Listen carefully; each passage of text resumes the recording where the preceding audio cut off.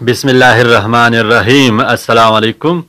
This is Tariq Amin, lecturer, Department of English Cohort, University of Science and Technology Cohort.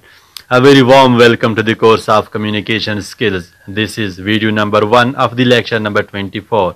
And in this video, we are going to discuss intercultural communication.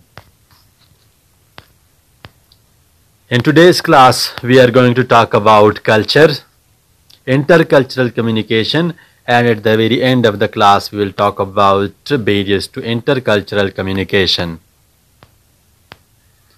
Now, what is culture? Culture is actually a set of values and beliefs. It is a set of norms and customs.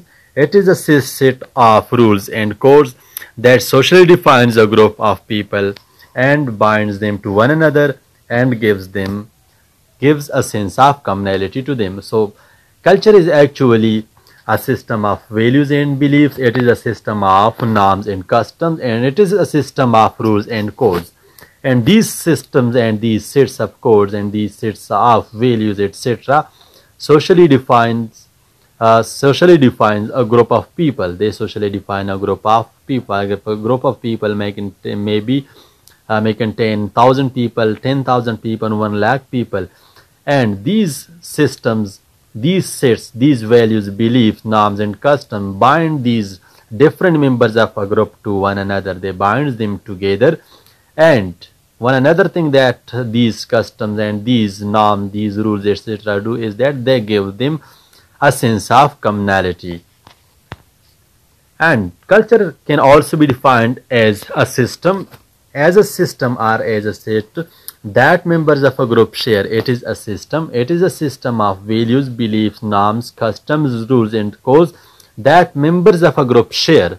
Now, culture is a system that is shared by all the members of a group. If there are 10,000 people in a group, 10,000 members in a group, so all the culture is shared by all the people. All the values are shared by all the people of that group.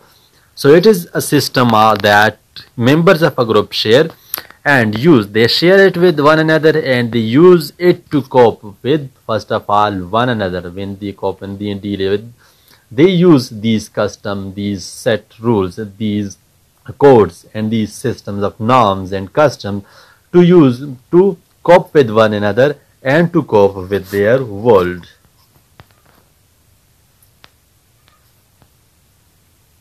Now, what is intercultural communication? This word inter means between, cultural means culture, and communication means communication. Intercultural means communication. Intercultural communication means communication between two cultures. So we can define it as intercultural communication is the verbal and non-verbal interaction. It can be verbal and it can be non-verbal as well. We can't say that intercultural communication is just verbal communication between people of different cultures, but it also includes non-verbal interaction between people from different cultural backgrounds. When people of different cultural background, people from 2 or 3 different cultural background interact with one another, their communication is called intercultural communication. In other words, we can say that intercultural communication refers to the effective communication between people, between workers and clients of different cultural background. When there is communication between people of different cultural background, when there is communication between workers of different cultural background, or when there is communication between clients of different cultural background, such sort of communication is called intercultural communication. It also includes managing thought patterns. When you manage thought patterns in non-verbal communication, so it also includes non-verbal communication. I've discussed the same point in the above line that intercommunication is not just verbal communication between people of different culture, but it also includes non-verbal interaction between people of different culture, people from different cultural backgrounds. Now, there are some barriers to intercultural communication as well. We have discussed what barrier is in the previous class when we were discussing barriers to effective communication. Now, there are some intercultural communication barriers as well. Now, what are those intercultural communication barriers? The very first one is anxiety, and you should know what anxiety is. When you are anxious because of not knowing what you are expected to do. When you will communicate with people from different cultural backgrounds, most of the time you don't know what you are expected to do. You don't know what to do, or what to communicate, or in which way to communicate. And it is when you are anxious because of not knowing what you are expected to do, it is only natural. It is natural to focus on that feeling. It is natural that you would focus on that feeling and not be totally present in the communication transaction. And as a result, when you would focus on only that feeling. As a result, you would not be able to focus on that communication interaction. You would not be able to pay attention to that communication interaction, and you would not be mentally present in that communication interaction, in that communication transaction, because you are anxious and you are thinking about that. As a result, the common mistakes would occur and you would appear awkward. As a result, the common mistakes and appearing awkward to others are likely to be made when people are anxious. When people are anxious, these two things are common. You will make mistakes and you will appear awkward. And assuming similarities instead of difference is another intercultural communication barrier. We know that cultures are different from one another. Pashtun culture is different from Punjabi culture. Saraiki culture is different from Pashto culture. So cultures are different from one another. When you assume that there are similarities between your culture and the culture of your receiver, so it means that you would make mistakes, and this would act as a sort of barrier to intercultural communication. When you assume similarity between cultures, you can be caught unaware of important differences. We know that most of the time cultures are different from one another. Cultures do share some aspects with another. They do share some common factors with one another, common aspects with one another, but there are some important differences between cultures. For example, religion can be one difference, and some beliefs, norms, customs can be of one culture can be different from another culture. So you should not assume similarities. You should assume differences as well. When you assume similarities between culture, you can be caught unaware of important differences. When you assume that there is no difference between my culture and the culture of my receiver, you would be unaware of important differences. And when you have no information about a new culture, it might make sense to assume there are no differences to behave as you would in your home culture. When you have no information about a new culture, for example, you are communicating with a person of a new culture, and you don't know anything about that culture is totally new for you, you would make mistake because you don't know the important differences. And you would assume that there is no difference between my culture and their culture, and you would behave as you would in your home culture, as you would behave when you talk with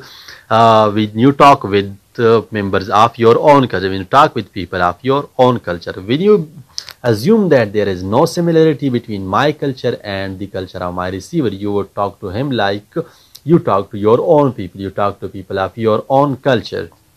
There are chances that you would make mistakes. But each culture is different and unique to some degree. Each culture is different from one another to a certain extent. We can't say that the cultures are same. The cultures are 100% same. We can't say that. Assuming difference instead of similarity. You should assume differences instead of similarities. The inverse can be a barrier as well.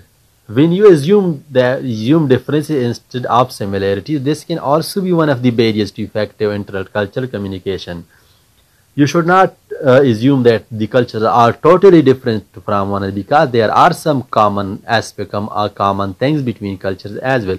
When you assume that the different cultures are 100% different from one another, you are making mistake, you are wrong, because cultures do share some common characteristics, cultures have some common characteristics. Assuming difference instead of similarity can lead to your not recognizing important that cultures share in common. When you assume that cultures are totally different from one another, it can lead to your not recognize. You would not be able to recognize the important characteristic that culture shares with one another.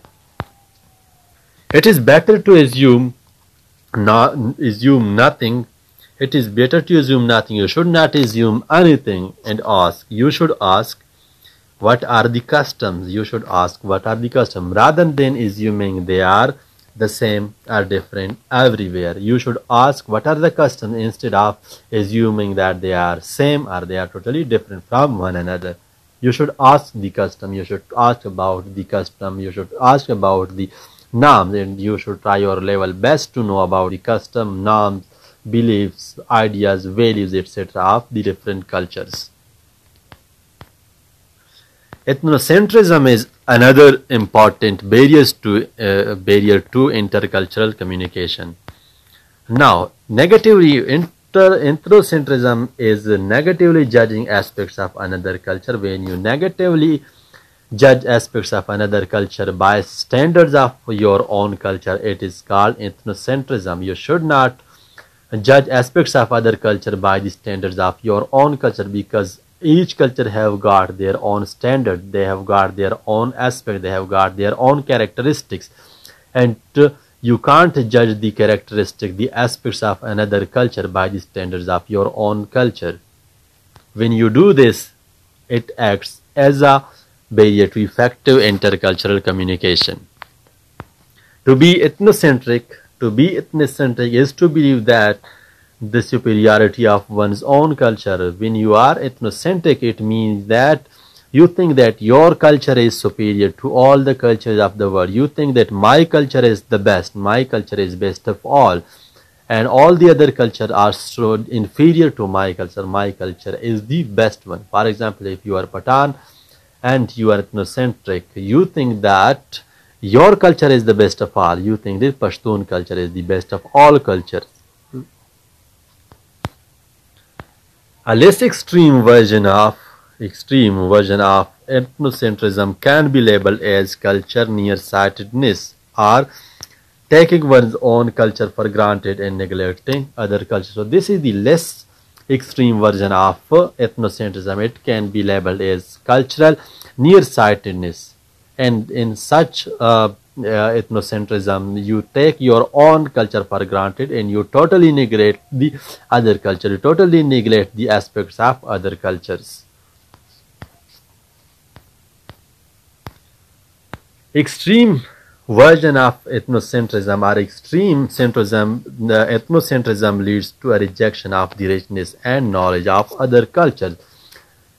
This is the extreme ethnocentrism. Extreme ethnocentrism, when you totally reject the knowledge of other culture, when you totally reject the richness of other culture. You shouldn't do this, because all for the member of every culture, the knowledge of their culture is best, the values of their culture is best, the norms of their culture is best.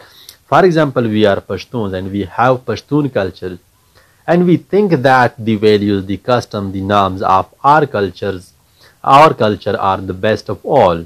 And if we start rejecting the knowledge of other culture, if we start rejecting the richness of other culture, it means that it is extreme ethnocentrism, and this acts as a barrier to effective intercultural communication.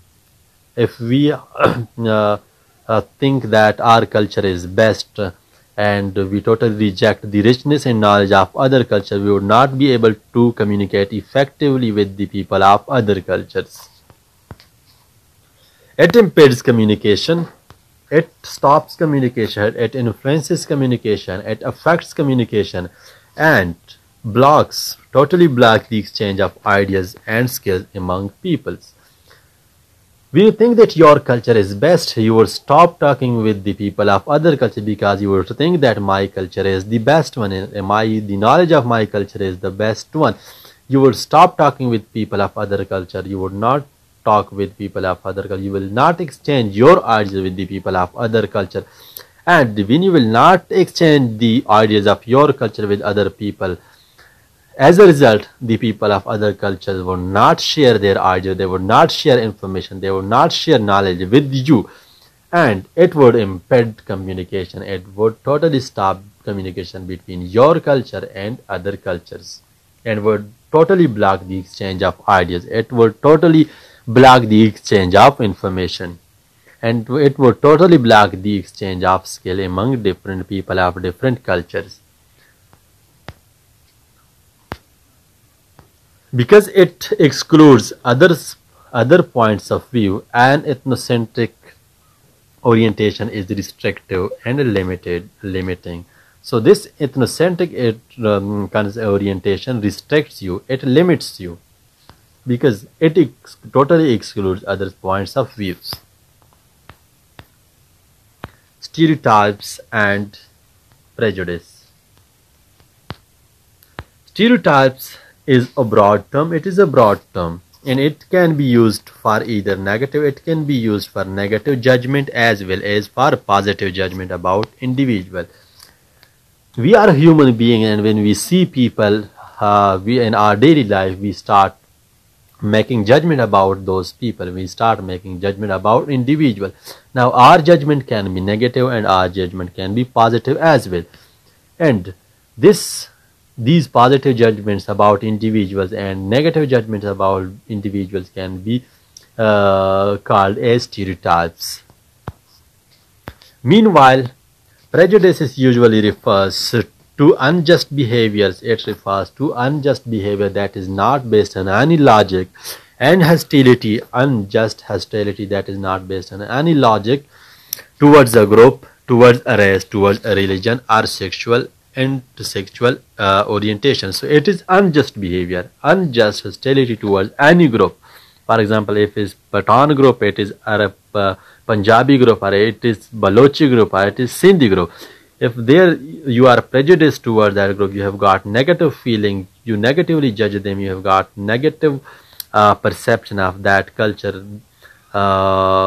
on the basis negative perception of that culture, it means that you are prejudiced towards that group, towards that race, or towards that religion. For example, we are our religion is Islam, and we do find people, we do contact with people of who belong to other religion, and if we are prejudiced towards the individual just because of their religion, it is unjust, and it can create as a barrier to effective and intercultural communication.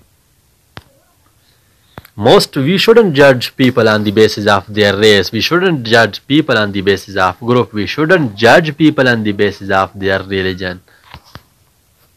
Most people gain the information about stereotypes from movies. People watch movies and they gain information about different individuals and different groups from movies and news, and maybe from other people's perspectives. Other people, for example, they listen to other people's perspectives, and on the basis of other people's perspectives, they start making perceptions,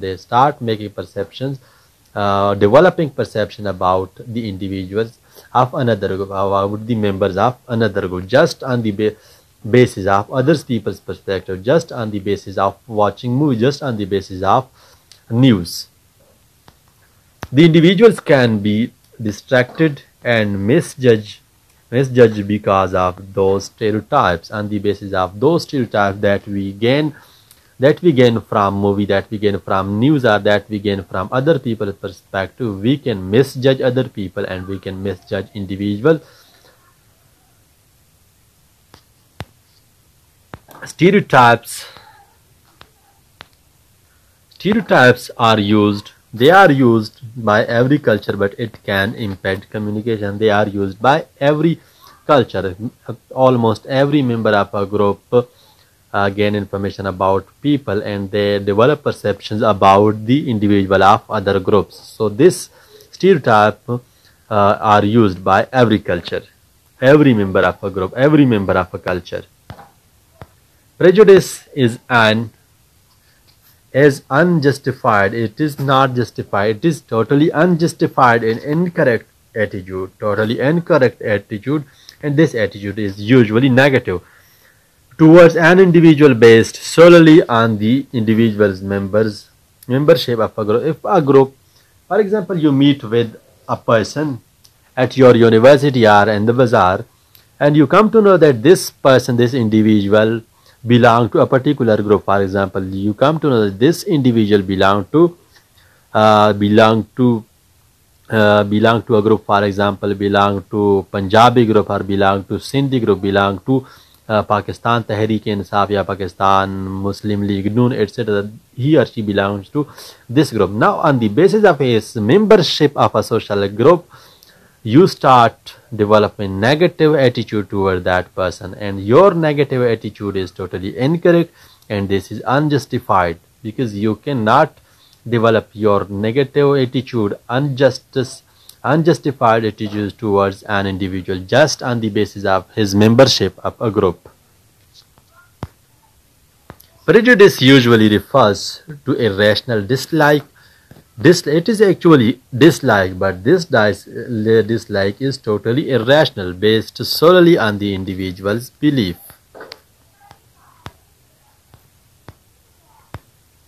Prejudice exists in all cultures around the world, like stereotypes exist in all cultures around the world. Similarly, prejudice also exists in all cultures around the world. For example, hostility towards black people. We can see people hostility towards black people. We can see it through in our television and movies as well. Even when the world is changing, we can see that the world is changing, but still there are still many people who view black men as bad guys, who view black people as bad people, which is not good. It is totally unjustified. It is not good. Prejudice prevents an effective communication, since the person might completely reject the new information that doesn't suit their standards or belief. It prevents or it impedes effective communication, because the person or the people of a group might completely reject the new information, and that does not suit their standards or does not suit their belief, because there would be some information that would not suit their standards, that would not suit the beliefs of their culture, and when they will reject such information, it will result in as a barrier to effective intercultural communication. Language is obviously an important barrier to effective intercultural communication, because it is language through which we communicate, and if we don't know the language of one another, we would not be able to communicate with other people, the people of other culture. For example, we are Pashtuns, we know Pashto, we know Urdu, and we know English. Apart from these three languages, most of us don't know any other language. And when we talk to, we have got our culture, Pashtun culture and Urdu Pashtun culture. Yes, we have got Pashtun culture. And we as member of Pashtun culture, when we talk to people, our Chinese people, we don't know their language. And when we wish to talk to them, they don't know our language and we don't know their language. And we can't communicate with them just because of the language. We don't have any prejudices towards them. We don't have negative attitudes towards them. But we can't communicate with them just because of our language. So language is a barrier in our effective intercultural communication. Just because of language, we can't communicate with members of Chinese culture. So language is a set of symbols shared by a community to communicate meaning and experiences. So it is a system of symbols, it is a system of sign that is that is shared by a member of a group, that is shared by members of a community, and they use this system of symbol, they use this system of signs in order to share their meaning, share their experiences with one another. Language is an obvious obstacle to intercultural communication. I have discussed the same point, that it is an obvious obstacle to intercultural communication, because when you talk to people of other culture, you talk to people of other culture, and you can't communicate with them just because of language, because their language is different from your language. I've given you the example of Chinese language. We don't know Chinese language. Most of us don't know Chinese language. And if we wish to communicate with the Chinese people, we can't communicate with them. We can't share our ideas with them. We can't share our beliefs with them. We cannot share anything with them just because of language, because we know their don't know their language. And similarly, if the Chinese people wish to communicate with we people, still they don't know our language, they don't know our Pashto language, they don't know our Urdu language, and they cannot communicate their idea, they cannot communicate their feeling, they cannot communicate their desires with we people.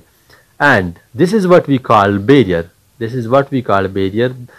It is language that does not let them communicate with us. It is language that does not let them share their ideas with us. It is language because of which they cannot communicate with us. So language acts as a barrier to effective intercultural communication. Just because of language, we cannot communicate with one another. So language is an obvious obstacle to intercultural communication.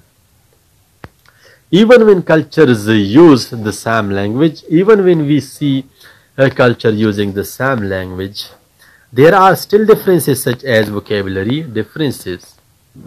Even when culture, we can see that some cultures use the same language, but still there are some differences.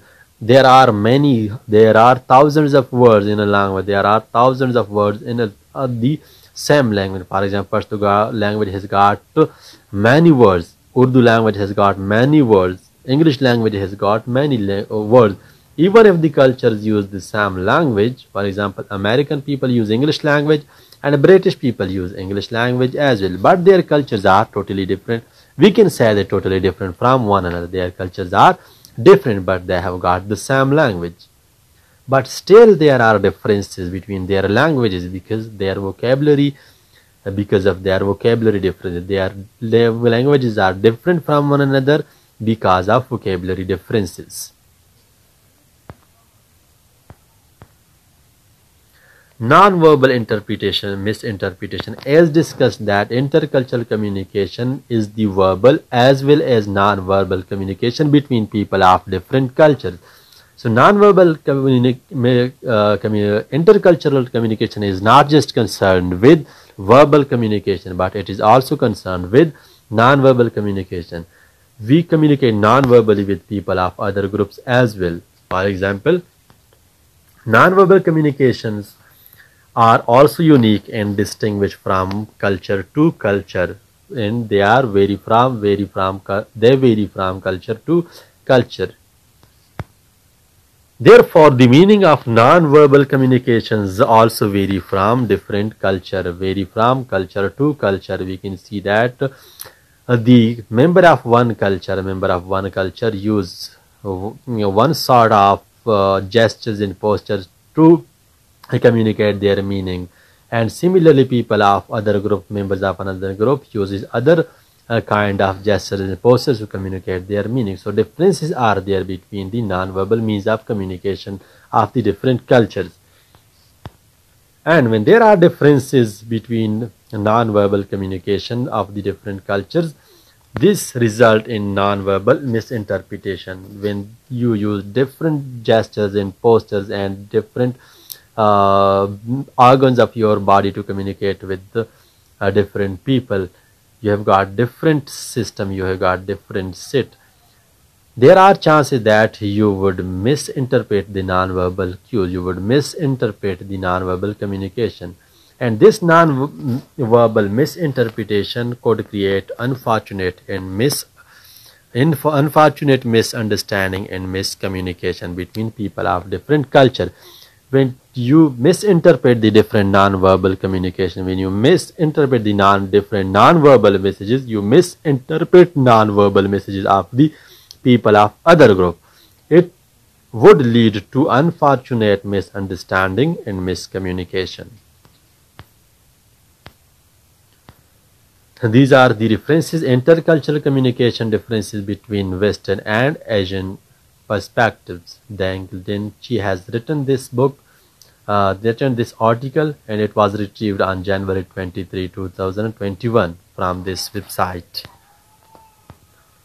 So thank you very much. So in today's